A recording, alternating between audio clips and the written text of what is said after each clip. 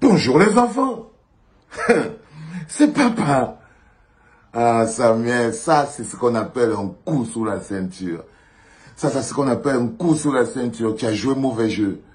Tu as joué mauvais jeu. Tu as brisé tous les codes de la famille. Tu as joué mauvais jeu. Tu as même essayé de m'humilier. Tu as même essayé de m'humilier. C'est pas normal. C'est pas normal. Quand je te fais un reproche, Samuel, c'est pour que tu t'améliores. C'est dans le but de t'améliorer. It's because I love you. C'est dans le but de t'améliorer. C'est pas pour que tu aides, pour que tu sois minable. C'est pour que tu fasses minable. C'est pas pour que tu fasses le minable, frère. C'est pour que tu t'améliores. Vous voyez, il y a quand même quelque chose qui est clair, c'est que tu as répondu à beaucoup de questions. Et ça, j'ai beaucoup aimé. Et ça, j'ai beaucoup aimé. Tu as répondu à beaucoup de questions. Déjà, tu as répondu aux gens qui disaient, ah ouais, est-ce que Valsero, il parle d'Eto? Est-ce que Eto te connaît même? Est-ce que Eto, t'as même déjà vu? Est-ce que Eto, patati, patata, en dit 2 ans? 2 ans de farotage? 2 ans de farotage, et vous dites que, oh, est-ce qu'il te connaît? Donc, au moins, tu as rassuré tout le monde là-dessus. Il y a des gens qui disaient aussi, il parle, Eto ne répond pas. Est-ce que Eto va même te répondre un jour? Est-ce que Eto écoute même tes bêtises là? Vous comprenez dans les enfants que tout le monde dort à la clinique. Tout le monde dort à la clinique. Personne ne passe toute une journée sans faire un tour à la clinique. Que ce soit en faux profil, que ce soit en masqué. Ok? Ça, c'est très important à comprendre. Mais on ne parle pas quand même de 5 francs, hein, les gars. Soyez sérieux. Soyez intéressants parce que l'information est importante.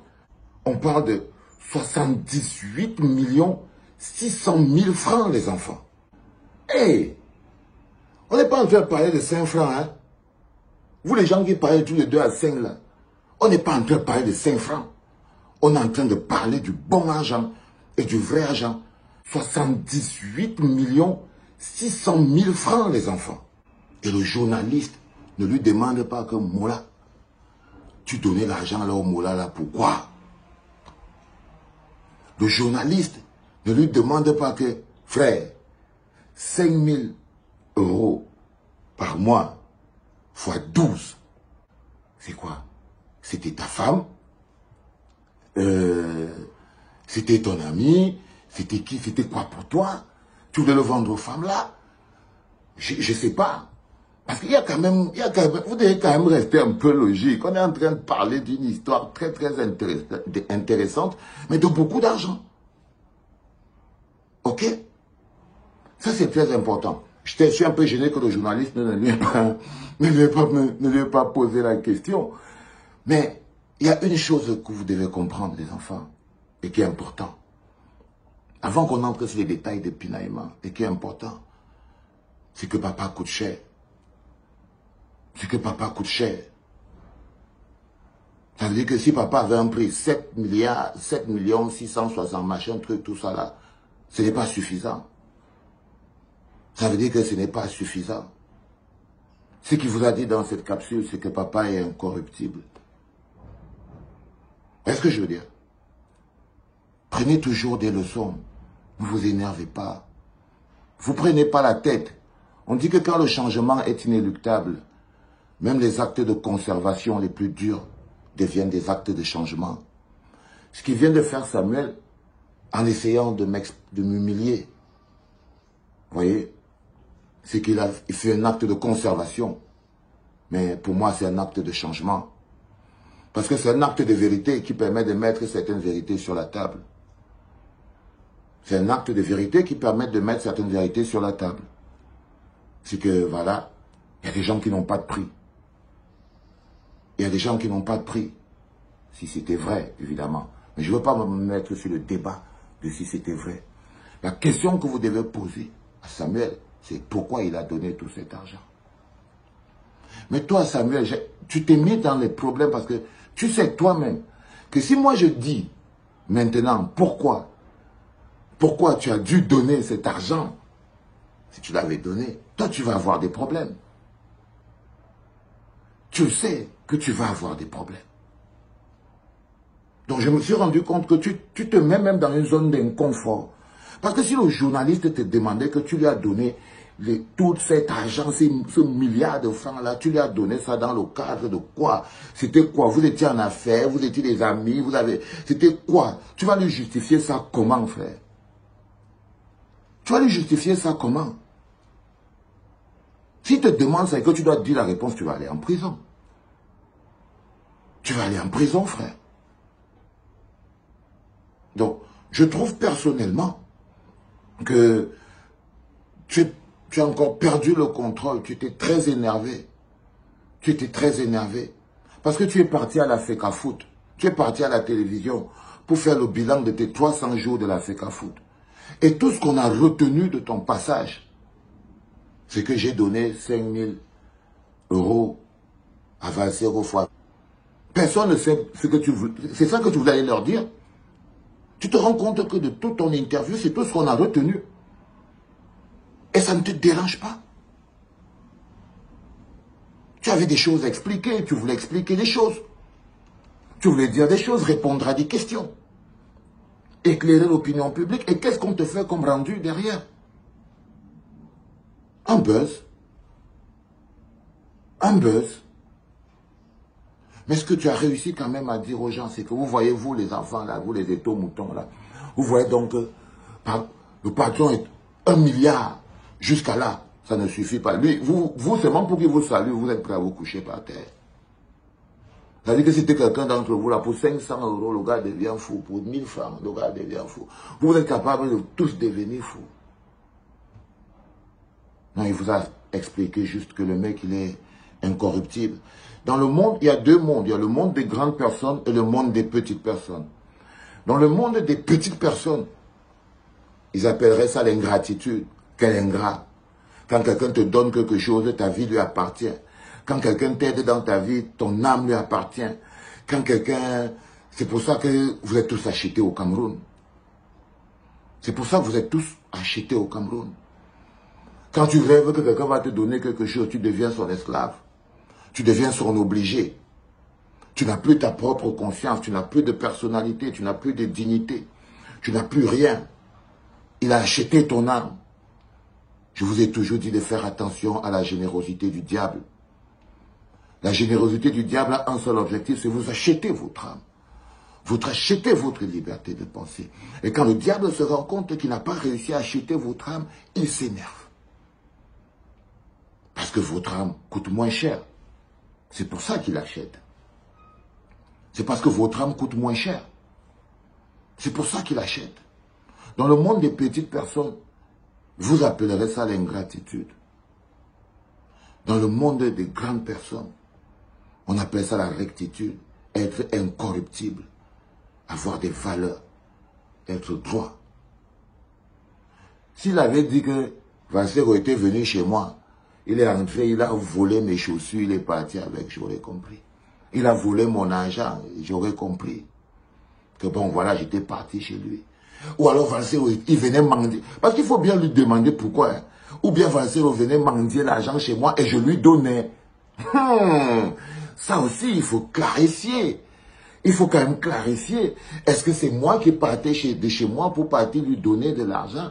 Ou c'est lui qui venait vers moi pour me donner de l'argent? Il faut essayer de comprendre les choses comme elles sont, les enfants.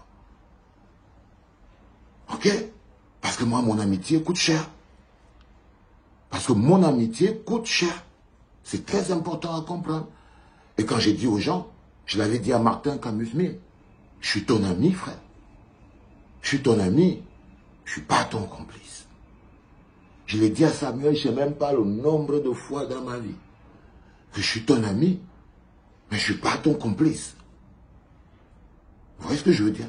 Mais vous-même, aussi quand vous vous réveillez le matin, vous imaginez que quelqu'un peut faire vivre l'autre pendant 2 ans? Franchement. Mais vous avez tellement envie de croire ça pour vous parce que c'est ça le plus important. Si moi j'ouvre mon ventre là, l'autre là il part en prison. Donc, j'arrive même pas à comprendre votre délire. Mais c'est mon pote. Et je le protégerai toujours. Et je le protégerai toujours parce que je crois que là il est... Voilà, c'est compliqué. C'est dur. Là il vient de finir une émission.